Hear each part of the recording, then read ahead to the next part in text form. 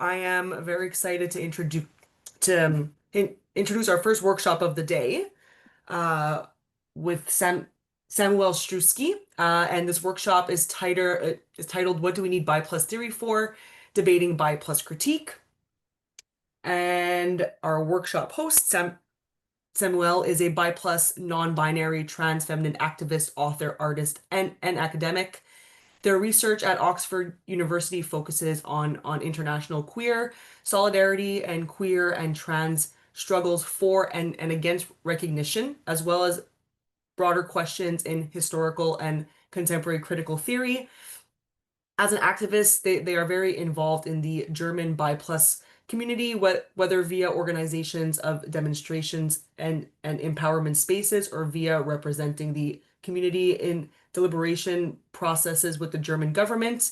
As a drag artist, they have hosted several workshops and currently co-edit a volume on the aesthetics and politics of the current scene in Germany. So without further ado, Samuel, I pass it off to you. Please take us away, and we're really looking forward to your workshop. Go ahead. Yes, thank you so much. Maybe a quick question before we start. Is it possible that we can have participants speak, Yes, or is absolutely. it Yeah. Yeah. okay? So like during the workshop or after the fact? Well, yeah, in the next half an hour.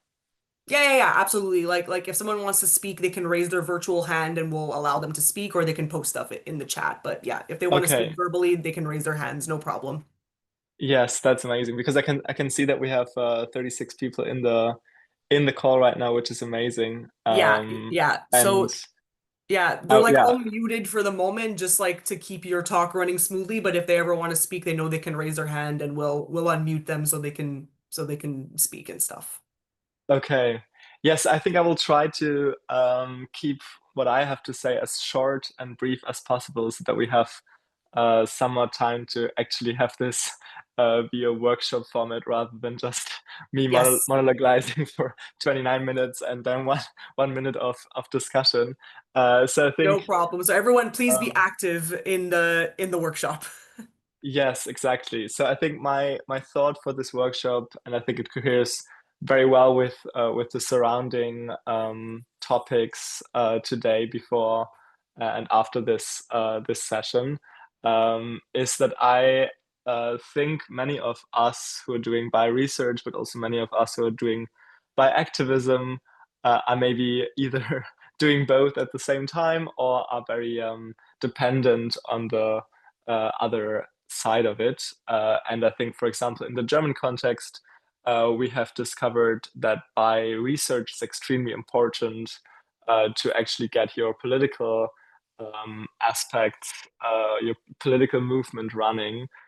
There were some great examples of some empirical studies in particular that have been conducted surveys qualitatively and quantitatively, and they had then been used by activists to to go do lobbying with bigger institutions, with people from different political parties, etc. And I think that was a very good sign, or like a very nice example of one case in which by research can be instrumentalized in a very good way, and can become very useful to reach certain goals, to make your demands more plausible, more verified, etc. And I think it also works the other way around. I think in our activist groups, we very often see researchers reaching out to us, being like, hey, we need some people who can answer the following questions, or we would like to do some kind of oral history research project. I think that's something that you're also doing. Um, so I think, yes, there is a dialogue, but I would be interested in how that um, dialogue, you are considering this dialogue in your respective context, region, country, activist group, how well it's working, and what there might still need to happen. And I think I'm coming from a theoretical perspective rather than an empirical one.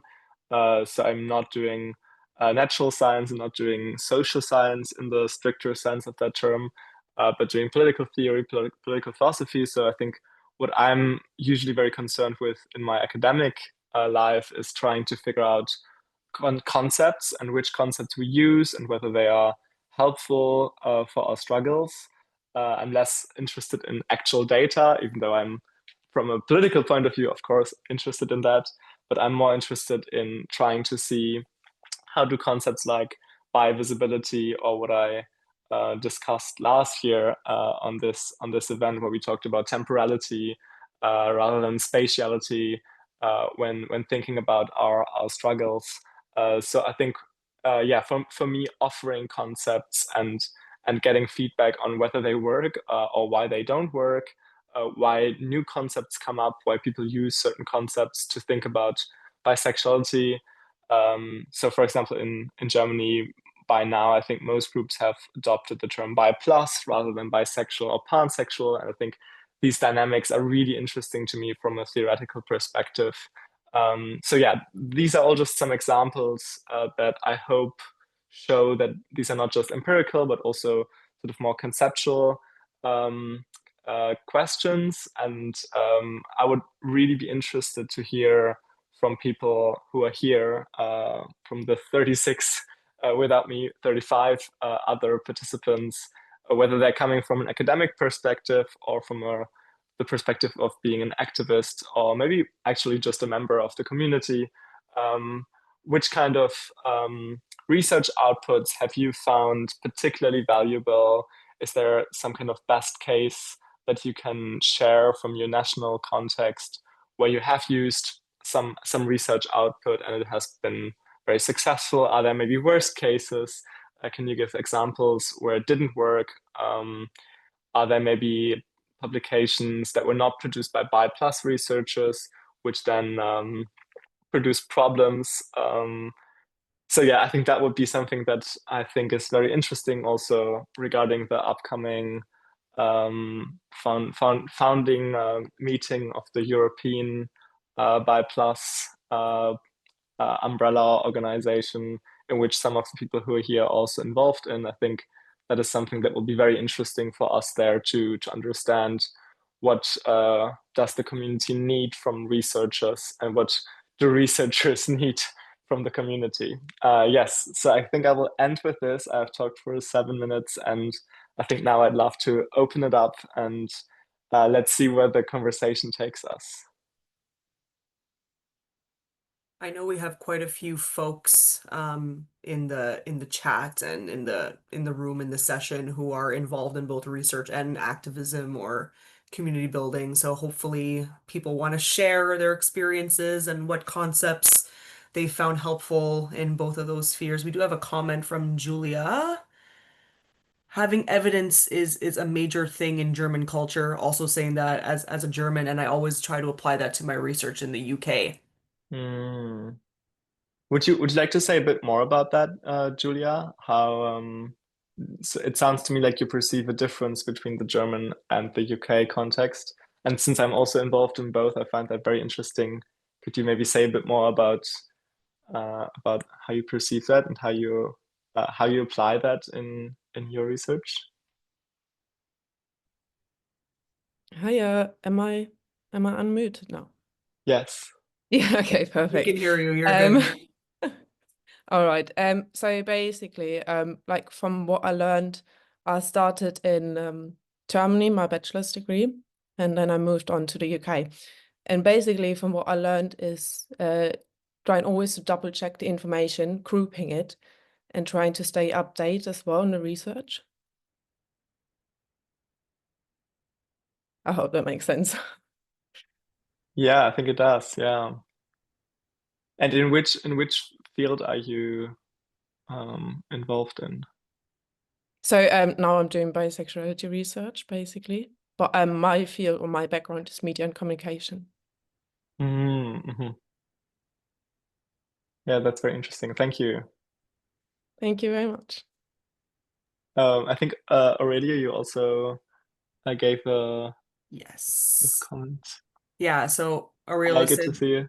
yeah, discovering from other sources that major homosexual historians and activists in Italy are biphobic, also because they dated bi men who broke up with them. If you want to say a bit more to that, Aurelio, It's please take the floor. Yeah.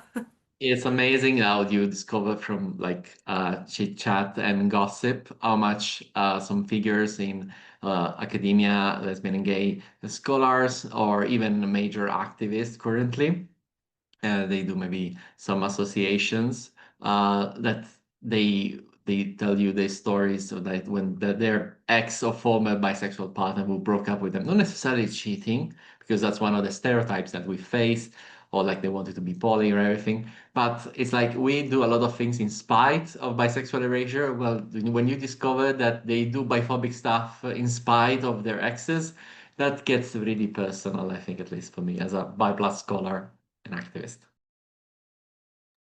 And maybe oh, you're already gone again, but like I think I would love to hear a bit more about you because you also published a book, right? Which I think if I remember correctly was also then read in university contexts and really produced some significant visibility for bi topics in certain universities, I assume.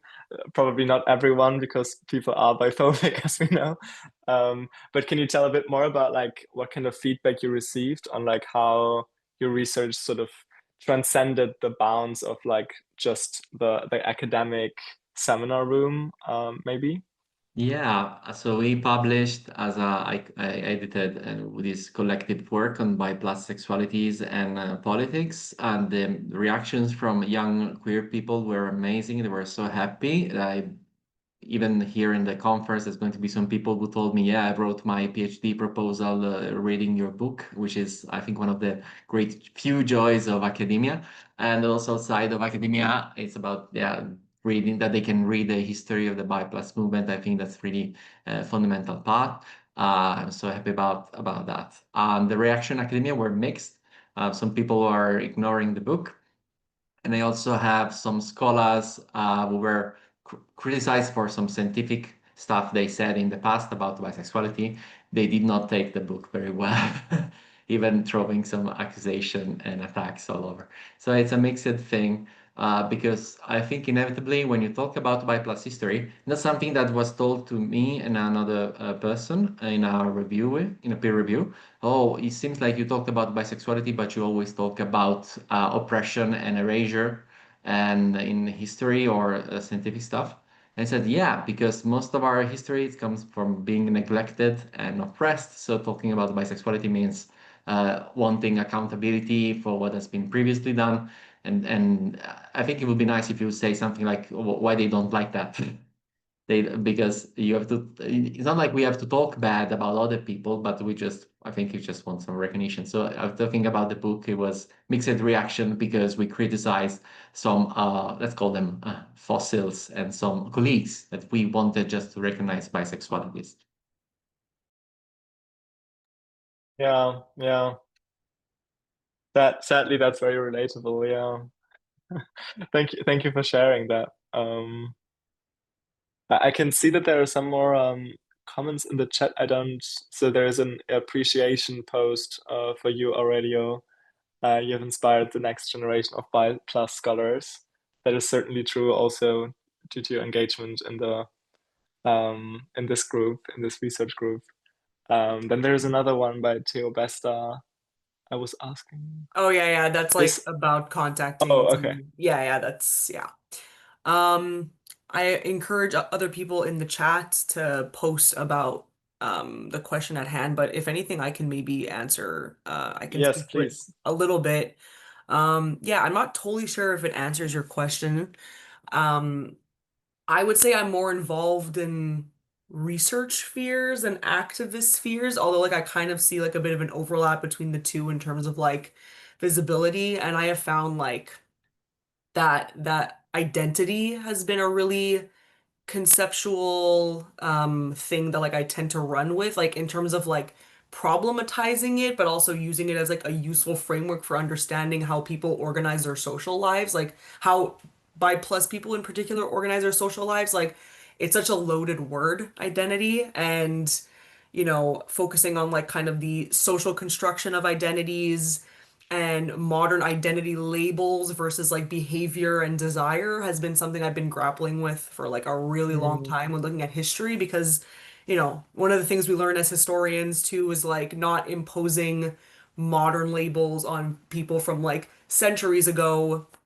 So kind of like grappling with those questions has been something that has been really major for me, thinking about like identity and what identity means and how it's useful while also trying to like understand that identity and labels are historically contingent, as fellow bi historian Robin Franklin has said that you met at our bi archives and history discussion back in February. So yeah, that's something that I found really Yeah, useful for research, and it's like something that also kind of generates more questions than answers most of the time. So yeah, I found that yeah. really interesting to kind of think on quite a bit.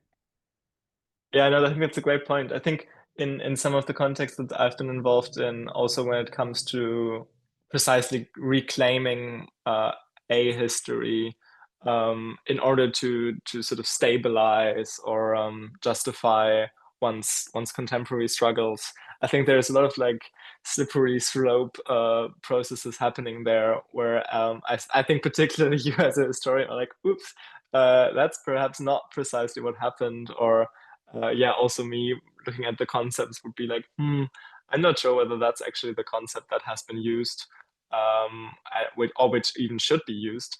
And at the same time, it can be extremely fruitful for activism.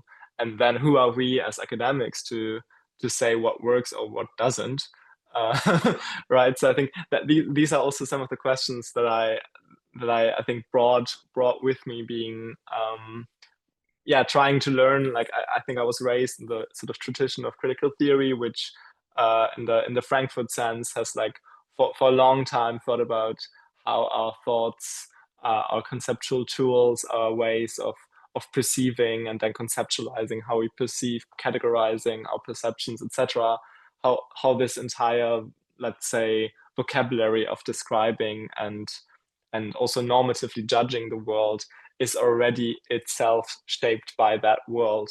And I think as bi plus theorists, what we can learn from that, and I think what we can see, especially when we look at older, um, uh, academic output, especially by non-bi plus people on bisexuality, we can really see how particular frameworks of the time shaped how people would look at bisexual people in derogatory ways, in pathologizing ways, how queer people, queer theorists will look at bi people, um, judging them based on certain frameworks within they were running around, and which makes, I think, a lot of sense if you look back at the sort of debates and the material conditions under which they produced their theorizing.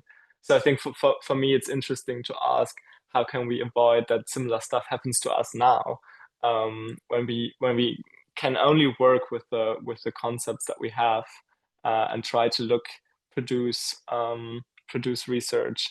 How can we avoid running into the exact same um, problems? How can we maintain some distance, maybe also from the activist groups or some activist groups which we want to criticize? And I think there's another question or comment in the chat. Yeah, I don't we have a know. couple of questions for you actually. Oh, okay, So okay, so let's yes. run with them. Um, I think Aurelio was first. Yeah, in your opinion, what are actually the real challenges of bi plus theories running around right now? Like some examples of theories. And thank you for asking that, Aurelio, because I actually had a very similar question. So I would love to hear your thoughts, Samuel. Yeah, no, that's a great question. I mean, I think I've like for a long time thought about whether the framing of struggles for recognition is a good way of sort of describing what we're up to here. So one way of describing yeah, so like I think in like political theory, people like Axel Honneth and Charles Taylor have been very influential in the 90s of describing so-called what they call struggles for recognition, mobilizing or actualizing a neo-Hegelian way of looking at well how morality and politics are intertwined, and how sort of certain what we might call identity struggles are in fact struggles where what is debated are the norms, the laws, the morals of our society, how we live together. And actual recognition means not just that this minority group gets what they want, but rather that the morals, the norms of the entire society are going to be changed, and that has going to have an effect on everybody. And I think when we think about, for example, gay marriage, we could say, well, what happens there is not just that gay people and lesbian people and bisexual people get access to something while the rest maintains unchanged, but actually the entire institution of marriage changes through that act. And I think that is sort of one way of looking at those like achievements of the bi plus movement. And I think one critique of those framings of like recognition theory would be perhaps from a more materialist perspective, saying that it's more like famously, I think Nancy Fraser has like criticized Axel Honneth for that, but there's like, we need to think a bit more about redistribution of actual resources as one way. And I think when we like, also think about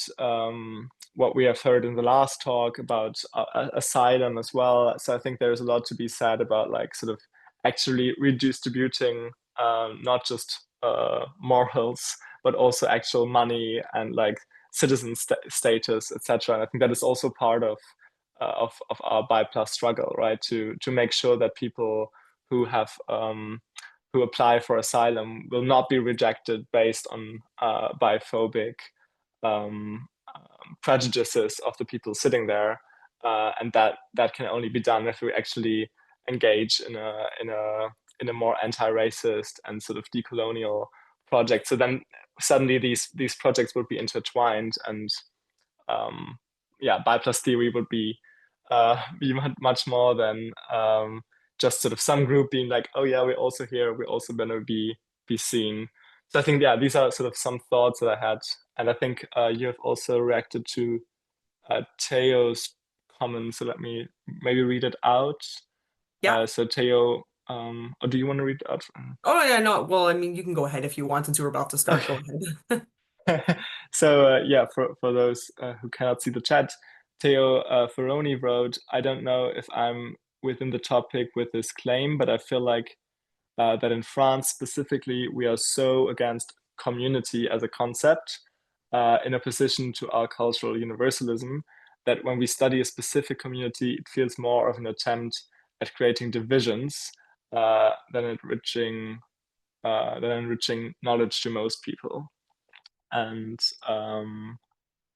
then a second one, and to tie my claim with the debate at hand, I wanted to know how this was felt internationally. Oh yeah, that's a great question. I think I would actually love to have some people respond to that other than me, because we do have quite some international representation here today. So some people want to respond to that directly. I think that's a great question. Thank you, Theo. The concept of community certainly is very contested. Is there even such a thing as a bi plus community? And if so, who is part of it and who isn't? Are migrants really part of it? Like, are they really, is it just an afterthought, or do bi activist groups really think about what it would mean for a bi plus migrant to have certain political demands? Could be one way to put it. Or from a like crip theoretical perspective, what about disabled bi plus people? Are they really thought about? Are they integrated into the struggles? Do they get to do they have their say, or are they just something that sort of the main bi community sometimes thinks about? I think these are like the problems with community that I, at least, I think, have faced very often. But like, please, some people, don't be shy. You can also just type in the chat, what are your experiences, which internal struggles perhaps within something like a community? Do you feel like there's something like a community? Are there like communal goals? Is there a communal struggle, or is it more just like bi plus individuals fighting, having their own agenda? Yeah, we'll like leave the chat open for folks to write if they want to, or someone wants to say verbally to raise their hand. And like I will just note that we are like the 5 minute-ish mark anyway.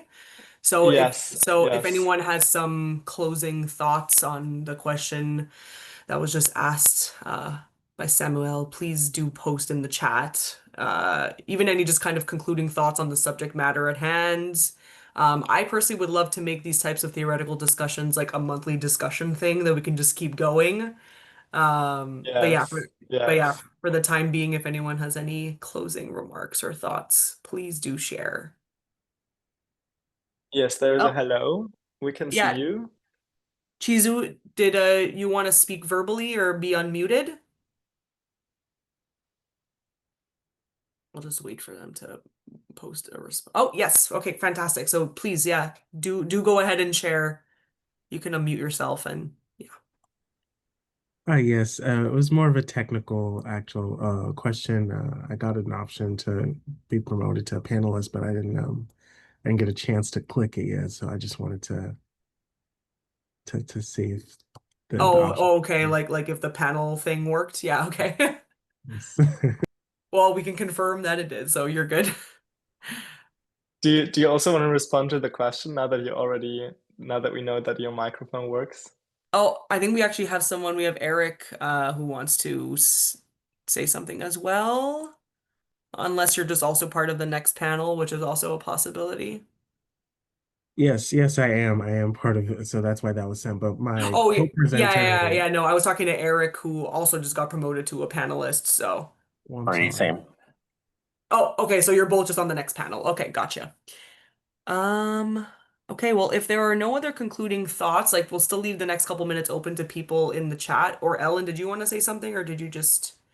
Oh, yeah. So we have Theo. Personally, there's I was always just the going to matter. make a joke that we're too prepared for the next panel, that we've already admitted Yeah. everybody, and we're Yeah. so on schedule, which is not like us. Yeah.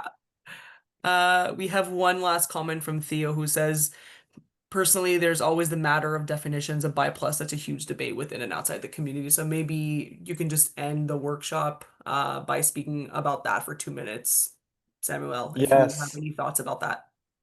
Yeah, for sure. Well, I think maybe we can also use the chat in the like just for the rest of the day to share if we have like really helpful papers that we came across, journal articles, books, and I think especially what you said about like all these definitions. I think we definitely like experience those in like when I give empowerment workshops, you have like 5 bi plus people in the room and 10 definitions of what bisexuality is, right? So I think that's amazing, and I think that's really like theoretical theory production happening there whenever we come together as bi plus people and debate what we're even doing, what our problems are that we're facing, how we best address them, and if we can use this collective brain that we have here of all these people and share some articles that you have written, which also maybe relate more directly to like political stuff. I would really love to engage with that and keep the discussion going sort of in the background. And then yeah, let's just end on time and let me say thank you so much for taking part in this somewhat experimental format. Yeah, thank you again. Thank you so much. And yes, everyone, please do continue to share your thoughts throughout the day. Like our chat is open for folks to just share thoughts on stuff that has been said throughout the day. So yeah, please offer some of your own reflections. Samuel, thank you so much for your participation. As always, it was a pleasure. And yeah, I guess we'll move on to the next panel. Thank you so much. Thank you. Bye bye.